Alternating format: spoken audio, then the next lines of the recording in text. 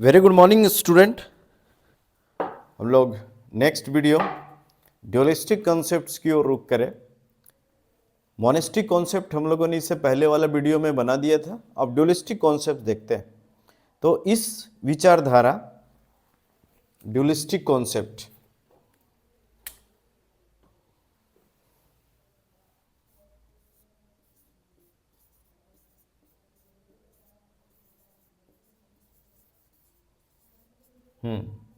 Concept is related to hypothesis. Hypothesis हमने बहुत अच्छा एक्सप्लेन किया था नेबुलर हाइपोथेसिस में, उसको देखते जाइएगा ना। चूंकि क्या है कि ये रुक रुक के वीडियो आप देख रहे होंगे तो शायद आपको लग रहा होगा कि सर जो है वो बीच से ही पढ़ा रहे हैं, तो ऐसा कुछ नहीं है। हम लोग शुरू से ही जो है उसको देख रहे हैं। आप उसको देखिए और लाइक कीजिए, देखिए, पसंद कीजिए। पसंद आता है तो आप उसको लाइक करें, नहीं पसंद आता है तो कोई बात नहीं, ठीक है, आप डिसलाइक कर सकते हैं, ठीक है।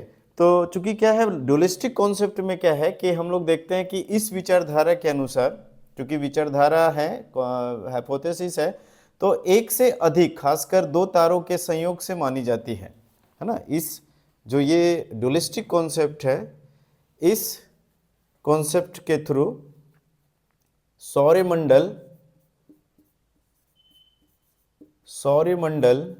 की उत्पत्ति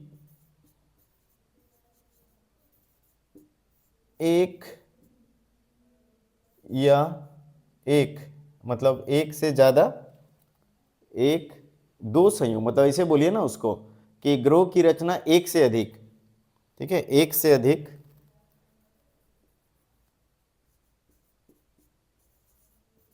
अधिक तारों के संयोग से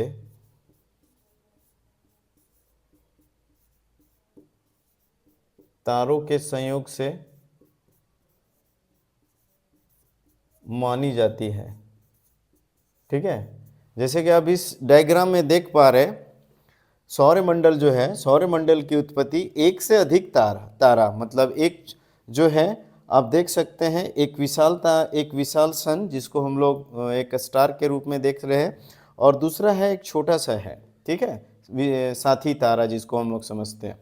तो चूंकि जो बड़ा स्टार है, जो सन है, वो क्या है, एक रिपिटेशन से, मतलब घूर्णन की वजह से, रोटेशन से पास आता है। और पास आने के बाद क्या है कि आप देख रहे हैं कि पास आने के बाद जो है, इससे क्या हो रहे हैं, मतलब धूल कण जैसे पास आ रहे हैं तो इसके जो ग्रहाणु हैं वो टूट कर क्या हो रहे हैं, अलग हो रहे हैं, ठीक है ना, अलग हो रहे हैं। आप देख पा रहे हैं अलग हो रहे हैं, ठीक है। अलग होने के साथ साथ क्या है कि ये स्टार का फॉर्मेशन कर रहे हैं। तो एक से ज्यादा है ना, एक सन भी है और दूसरा छोटा सन है, ठीक है।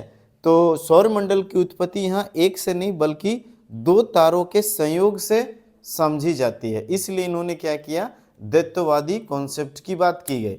लेकिन जो मोनेस्टिक कॉन्सेप्ट था उसमें सौरमंडल की उत्पत्ति सिर्फ एक वस्तु से ही समझा गया। बड़ा कंफ्यूजन होता है कि ये द्वैतवादी और अद्वैतवादी कॉन्सेप्ट क्या है। तो आपको क्या करना है, आपको ज़्यादा कुछ याद नहीं रखना है, बस ये याद रखना कि अद्वैतवादी, जिसको इंग्लिश में मोनेस्टिक बोलते हैं, इस कॉन्सेप्ट का मतलब ये हुआ कि सौरमंडल की उत्पत्ति एक ही वस्तु या एक ही तारा से मानी जाती है, ठीक है। लेकिन ड्यूलिस्टिक कॉन्सेप्ट में क्या होता है कि पृथ्वी की उत्पत्ति या सौरमंडल की उत्पत्ति एक से अधिक तारों के संयोग से समझी जाती है। बस दोनों में ये जो है डिफरेंस है, ठीक है ना, दोनों में ये डिफरेंसेस है, ठीक है। अभी हम लोग देखेंगे इसको, नेक्स्ट वीडियो में हम लोग इसको अच्छे तरीके से समझेंगे।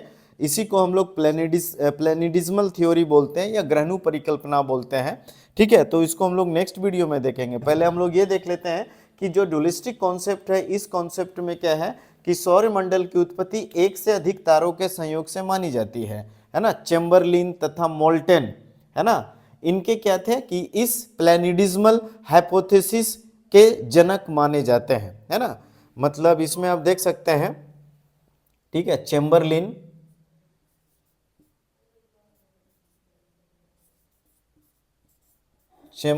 तथा मोल्टेन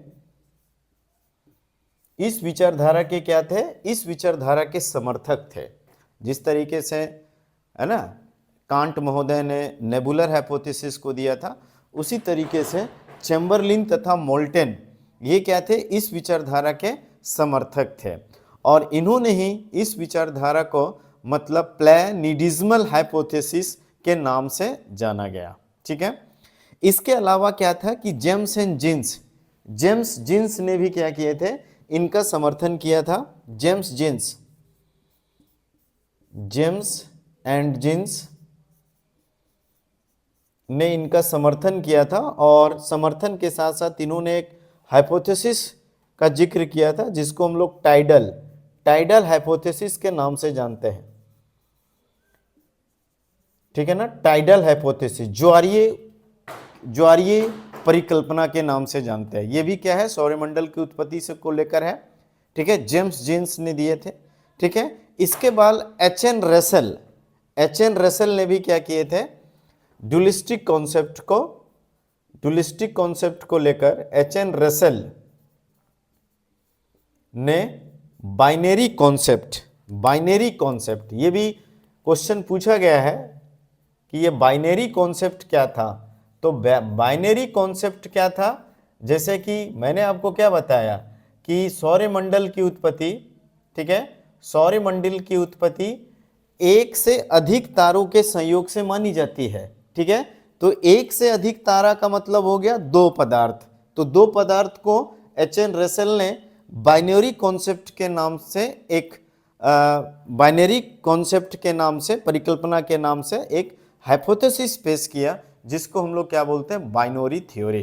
ठीक है ना, तो इस विचारधारा के समर्थक कितने हो गए, तो इस विचारधारा के समर्थक हो गए, एक तो आपको चैम्बरलिन तथा मोल्टन। ठीक है, ये आपको याद रखना है कि चैम्बरलिन तथा मोल्टन कौन से हाइपोथेसिस के जनक समझे जाते हैं। इसको हम लोग प्लेनिडिज्मल या ग्रहाणु कॉन्सेप्ट के नाम से जानते हैं ना।